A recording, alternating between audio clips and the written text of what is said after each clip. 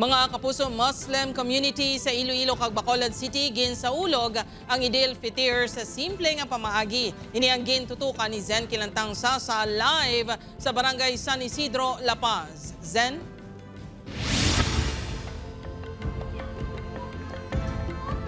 Jert, matapos ng isa ka bulan nga pagpuasa, ginasaulog subong sang Muslim community ang pagtakop sang Ramadan. Nagtipon sa Pavia Public Plaza ang mga miyembro sang Masjid Al-Kabir kay inasang aga. Iniagod sa ulugon ang Idil Fitr ukon ang Festival of the Breaking of the Fast nga tanda sang pagtakop sang Ramadan ukon pagpuasa. Pagkatapos sa malipot nga programa, may salo-salo nga ginpatigayon sa mosque. Preparation sila ng amon lunch para sa mga lahat ng mga sa tanan nga mga brothers and sisters nga ari diri subong.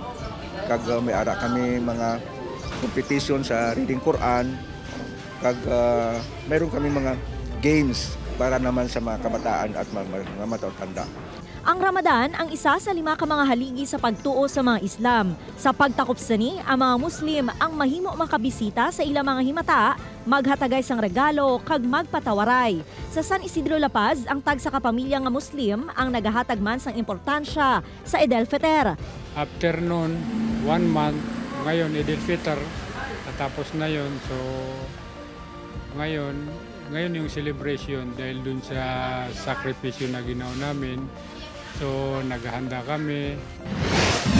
Sa Sisdani Masjid Abu Bakar Mosque naman, sa Barangay 30 Bacolod City, nagtililipon ang nagkalain-laing nga Muslim organizations sa probinsya sang Negros Occidental. Maluwas sa mga pagtulunan ni Allah, sentro man sang selebrasyon ang paghatag sang kasadyahan sa mga kabataan. Question and answer, meron silang mga premyo, ganon.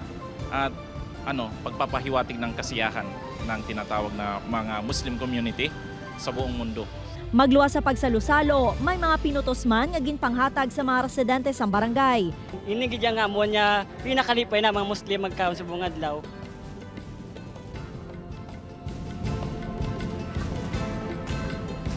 Jert, sa buwas nga adlaw April 1, gindeklara sang Malacañang nga regular holiday kaangot sa selebrasyon sang Idil Fitr. Jert? Madamo gid nga salamat kapuso Zen Kilantang Sasa.